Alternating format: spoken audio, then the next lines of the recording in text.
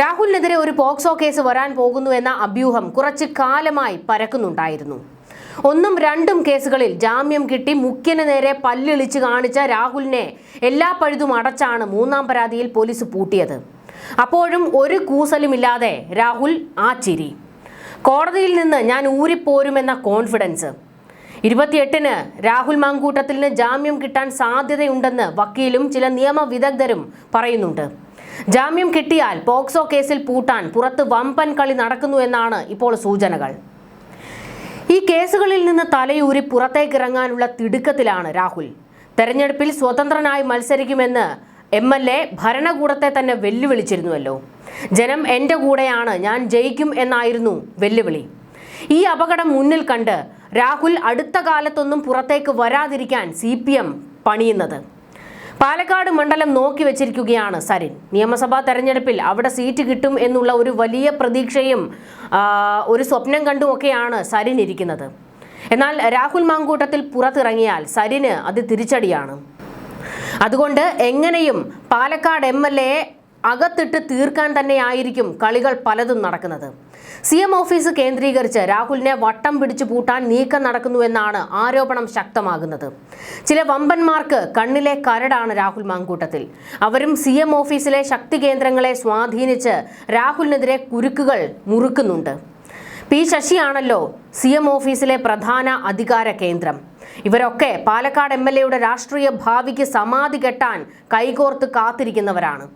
രാഹുലിനെതിരെ കേരളം ഞെട്ടുന്നത് പലതും പുറത്തു വരാനുണ്ടെന്ന് പാർട്ടി സെക്രട്ടറി MV ഗോവിന്ദൻ പലയാവർത്തി പ്രതികരിച്ചിട്ടുണ്ട്.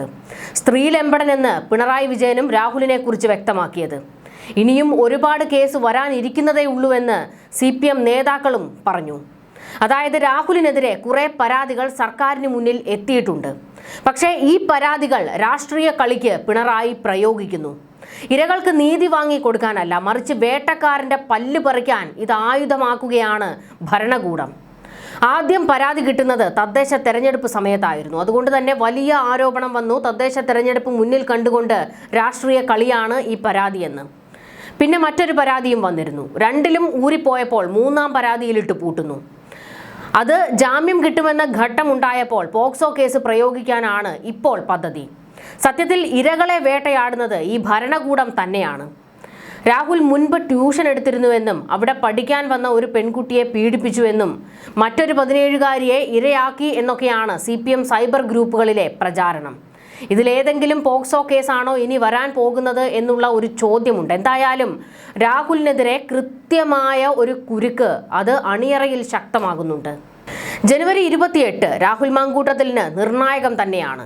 മൂന്നാം പരാതിയിൽ ജാമ്യത്തിന് വേണ്ടി നിയമത്തിന്റെ ഇഴകീറി പരിശോധിക്കുകയാണ് രാഹുലിന്റെ വക്കീല്.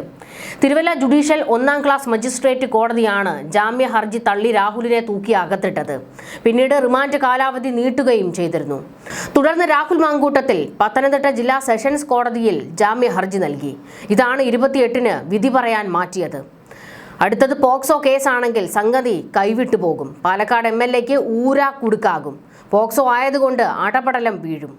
രാഹുൽ പോക്സോ കേസിൽ പ്രതിയാണെങ്കിൽ ശിക്ഷിക്കപ്പെട്ടേ മതിയാകൂ. എന്നാൽ ഭരണകൂടം രാഷ്ട്രീയ വേട്ടയാടലിന് ആയുധമായി ഇത് പ്രയോഗിക്കുമ്പോൾ യഥാർത്ഥ ഇരകൾക്ക് നീതി കിട്ടാതെ പോകുകയാണ്. മാങ്കൂട്ടത്തിൽ ഇപ്പോൾ 2 ആഴ്ചയായി ജയിലിൽ തുടരുകയാണ്. രാഹുലിന്റെ അഭിഭാഷകൻ ശാസ്തമംഗലം അജിത്ത് കോടതിയിൽ ഉന്നയിച്ച ചില നിർണായക വാദങ്ങൾ വരാനിരിക്കുന്ന വിധിയിൽ രാഹുലിന് അനുകൂലമായി പ്രതിഫലിക്കാനുള്ള സാധ്യതയുണ്ടെന്ന് നിയമ വിദഗ്ധർ ചൂണ്ടിക്കാണിക്കുന്നുണ്ട്. അതായത് രാഹുലിന് ജാമ്യം ലഭിക്കുകയും ജയിലിൽ നിന്ന് പുറത്തിറങ്ങുകയും ചെയ്യാനുള്ള സാധ്യത ശക്തമാണെന്നാണ് നിയമവൃത്തങ്ങളിൽ നിന്നുള്ള സൂചന. അതേസമയം ഈ കേസുമായി ബന്ധപ്പെട്ട പോലീസ് നടപടികൾ അസ്വാഭാവികവും അസാധാരണവുമാണെന്നും നിയമപരമായ ഗുരുതര ചോദ്യങ്ങൾ ഉയർത്തുന്നതാണെന്നും ആരോപണങ്ങളും ശക്തമാകുന്നു. ബലാത്സംഗത്തിനിരയായെന്ന് പറയപ്പെടുന്ന യുവതി പോലീസ് സ്റ്റേഷനിൽ പരാതി നൽകാതെ നേരിട്ട് മുഖ്യമന്ത്രിയുടെ ഓഫീസിലേക്കാണ് പരാതി നൽകിയത്. ശ്രദ്ധേയമായ കാര്യം, മുൻപ് നൽകിയ ആദ്യ പരാതിയും സമാനമായ രീതിയിൽ മുഖ്യമന്ത്രിക്ക് നേരിട്ടായിരുന്നു നൽകപ്പെട്ടത്. ഇപ്പോൾ ഉയർന്നു വന്ന മൂന്നാമത്തെ പരാതിയും അതേ വഴിയിലാണ് എത്തിയത്. ഈ പരാതികളിൽ മറ്റൊരു സാമ്യം കൂടി ചൂണ്ടിക്കാണിക്കപ്പെടുന്നുണ്ട്. ആദ്യ പരാതിയിലും മൂന്നാമത്തെ പരാതിയിലും ഗർഭഛിദ്രവുമായി ബന്ധപ്പെട്ട ആരോപണങ്ങളാണ് പ്രധാനമായും ഉന്നയിച്ചിരിക്കുന്നത്. മൂന്നാമത്തെ പരാതിക്കാരി രാഹുൽ നിർബന്ധിച്ച് അബോർഷൻ ചെയ്യിപ്പിച്ചുവെന്നും അതിന്റെ തെളിവായി ഭ്രൂണം തന്റെ പക്കലുണ്ട് എന്നും അവകാശപ്പെടുന്നുണ്ട്. എന്നാൽ ആദ്യ പരാതിയിൽ ഇത്തരം ഭൗതിക തെളിവുകളൊന്നും ഹാജരാക്കിയിട്ടില്ല എന്ന വാദവും ഉയരുന്നു. ഇതോടൊപ്പം ക്രൂരമായ ബലാത്സംഗം, ഭീഷണി, മാനസിക പീഡനം തുടങ്ങിയ ആരോപണങ്ങൾ ആദ്യവും മൂന്നാമത്തേതുമായ പരാതികളിൽ ഒരേ രീതിയിൽ ഉൾപ്പെടുത്തിയിട്ടുണ്ടെന്നും ചൂണ്ടിക്കാണിക്കപ്പെടുന്നു. ഈ സാമ്യങ്ങൾ യാദൃശ്ചികമാണോ എന്ന സംശയം സ്വാഭാവികമായും ഉയരുകയാണ്. ഇവിടെ ഉയരുന്ന പ്രധാന ചോദ്യം ഇതാണ്: ആദ്യ കേസിൽ കോടതി നോട്ട് അറസ്റ്റ് നിർദ്ദേശം നൽകിയിരിക്കെ അന്വേഷണത്തോട് സഹകരിക്കാമെന്ന് രാഹുൽ കോടതിയെ അറിയിച്ചിരിക്കെ നാട് വിട്ടുപോകാൻ പോലും കഴിയാത്ത ഒരാളെ എങ്ങനെ പെട്ടെന്ന് പോലീസ് കസ്റ്റഡിയിലെടുത്ത് അറസ്റ്റ് ചെയ്തു എന്നുള്ളതായിരുന്നു. അതിനാണ് പല ആരോപണങ്ങൾ ഭരണകൂടത്തിന് നേരെ വന്നത്. അതായത് ഈ മൂന്നാം പരാതി ഈ ഒരു സാഹചര്യത്തിലായിരുന്നു ഉയർന്നു വന്നത്. ഈ മൂന്നാം പരാതി ഭരണകൂടം രാഹുലിനെ അറസ്റ്റ് ചെയ്യുന്നതിന് വേണ്ടി പ്രയോഗിക്കുകയായിരുന്നു എന്നാണ് ഇപ്പോൾ ഉയർന്നു വരുന്ന ഒരു വാദം. ഒരു മൂന്നാം പരാതിക്കാരി ഉണ്ട് എന്നുള്ളത് കേരളത്തിന് ബോധ്യപ്പെട്ടു കഴിഞ്ഞു. എന്നാൽ ആ മൂന്നാം പരാതിക്കാരിയെ ഭരണകൂടം പ്രയോഗിച്ചു എന്നാണ് ഇപ്പോൾ ആ തലത്തിലേക്കൊക്കെ കൂടി ചർച്ചകൾ മാറുകയാണ്. CPMന്റെ ആവശ്യപ്രകാരം പോലീസിനെ ഇറക്കി ഭരണകൂടം രാഹുൽ മാങ്കൂട്ടത്തിലിനെ വേട്ടയാടി എന്നുള്ള ഒരു ചിത്രമാണ് ഇപ്പോൾ പല രീതിയിൽ വ്യാഖ്യാനിക്കപ്പെട്ടുകൊണ്ടിരിക്കുന്നത്.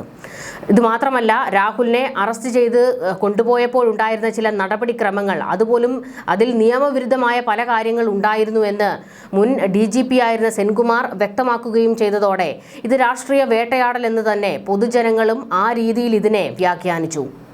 പോലീസ് നടപടിക്രമങ്ങൾ കൃത്യമായി പാലിക്കാതെ എങ്ങനെയെങ്കിലും രാഹുലിനെ അകത്തിടണം എന്ന ഒറ്റ ലക്ഷ്യത്തോടെ പ്രവർത്തിച്ചു എന്ന ഗുരുതര ആരോപണമാണ് ഉയരുന്നത്. ഇതെല്ലാം ഭാവിയിൽ രാഹുലിനെതിരെ നടപടിയെടുത്തവർ നിയമക്കുരുക്കിലാകാൻ സാധ്യതയുണ്ടെന്നാണ് വിലയിരുത്തൽ. ജയിലിൽ രാഹുലിന്റെ അറസ്റ്റ് രാഷ്ട്രീയമായി ആഘോഷിക്കുകയും രാഹുലിനെ പൂർണ്ണമായും അങ്ങില്ലാതാക്കാനുള്ള അജണ്ടയാണ് ഇതിന് പിന്നിലെന്ന് രാഹുലിനെ പിന്തുണയ്ക്കുന്നവരും അഭിഭാഷകരും വ്യക്തമാക്കുന്നുണ്ട്. അതിനാൽ തന്നെ ജയിലിൽ ചെലവഴിക്കുന്ന ഓരോ നിമിഷവും രാഹുൽ തിരിച്ചുവരവിനുള്ള കണക്കുകൂട്ടലുകൾക്കായി ഉപയോഗിക്കുകയാണ് എന്നാണ് രാഹുൽ മാങ്കൂട്ടത്തിന്റെ ആർമിയും ഇപ്പോൾ പ്രചരിപ്പിക്കുന്നത്. രാഹുലിനോട് അടുത്ത വൃത്തങ്ങൾ പറയുന്നത് ജയിലിൽ മാങ്കൂട്ടം ഉറക്കമില്ലാതെ എന്തൊക്കെയോ ആലോചനയിലാണ് എന്നാണ്. സാധാരണ ഒരാൾ തളർന്നു പോകുന്ന സാഹചര്യത്തിൽ രാഹുൽ അതീവ ഗൗരവത്തോടെയും ആത്മസംയമനത്തോടെയും പെരുമാറുന്നതാണ് സഹതടവുകാരെ പോലും അമ്പരപ്പിക്കുന്നത്. മണിക്കൂറുകളോളം ഒരേ സ്ഥലത്തിരുന്ന് കണക്കുകൂട്ടലുകളിൽ മുഴുകുന്ന രാഹുൽ തന്നെ കുടുക്കിയവർക്കെതിരെയുള്ള നിയമപരവും രാഷ്ട്രീയപരവുമായ നീക്കങ്ങൾ ആസൂത്രണം ചെയ്യുകയാണ് എന്ന വിലയിരുത്തലും ഉയരുന്നു. രാഹുൽ ഈ കേസുകളിൽ നിന്ന് മോചനം നേടുക എന്നത് ജീവൻ മരണ പോരാട്ടമാണ്. വളരെ ചെറുപ്പത്തിൽ സജീവ രാഷ്ട്രീയത്തിലേക്ക് കടന്ന് യൂത്ത് കോൺഗ്രസിന്റെ സംസ്ഥാന അധ്യക്ഷനായി പിന്നീട് പാലക്കാട് MLA ആയി ഉയർന്ന വ്യക്തിയാണ് രാഹുൽ മാങ്കൂട്ടത്തിൽ. അതിവേഗ വളർച്ചയും വലിയ രാഷ്ട്രീയ സാധ്യതയും ഉണ്ടായിരുന്ന ഒരാൾ പെണ്ണ് കേസുകളുടെ പേരിൽ ജയിലിൽ കിടക്കേണ്ടി വരുന്നത് അയാളുടെ ജീവിതത്തിലെ ഏറ്റവും വലിയ പ്രതിസന്ധി മാത്രമല്ല, അയാളുടെ ഭാഗത്തു നിന്നുണ്ടായ പിഴവുകൾ കൂടിയാണ് ഈ ഒരു ഗതികേടിലേക്ക് അയാളെ കൊണ്ടെത്തിച്ചിരിക്കുന്നത്. അയാൾക്കൊരു വലിയ ബ്ലാക്ക് മാർക്ക് തന്നെയാണ് ഈ ഒരു സംഭവം. പക്ഷേ ഇപ്പോഴും അയാളെ ജനങ്ങൾ പിന്തുണയ്ക്കുന്നുണ്ട്. അവിടെയാണ് മുൻപ് നമ്മൾ പറഞ്ഞതുപോലെ ഇവിടെ ഭരണകൂടം അയാളെ വേട്ടയാടുന്നു എന്നുള്ള ഒരു പ്രതീതി ഉണ്ടായിരിക്കുകയാണ്. അതുകൊണ്ടാണ് ജനങ്ങൾ അയാൾക്ക് പിന്തുണ നൽകുന്നത്. സ്വന്തം പാർട്ടി പോലും കൈവിട്ടു എന്ന ആരോപണവും ഒപ്പം നിന്നവർ പിന്നിൽ നിന്ന് കുത്തിയെന്ന വേദനയും രാഹുലിനെ അലട്ടുന്നുണ്ട്. അതുകൊണ്ട് തന്നെ ഒരു തിരിച്ചുവരവ് എന്നത് രാഹുലിന് രാഷ്ട്രീയമായി മാത്രമല്ല വ്യക്തിപരമായും അത്യാവശ്യമാണ്.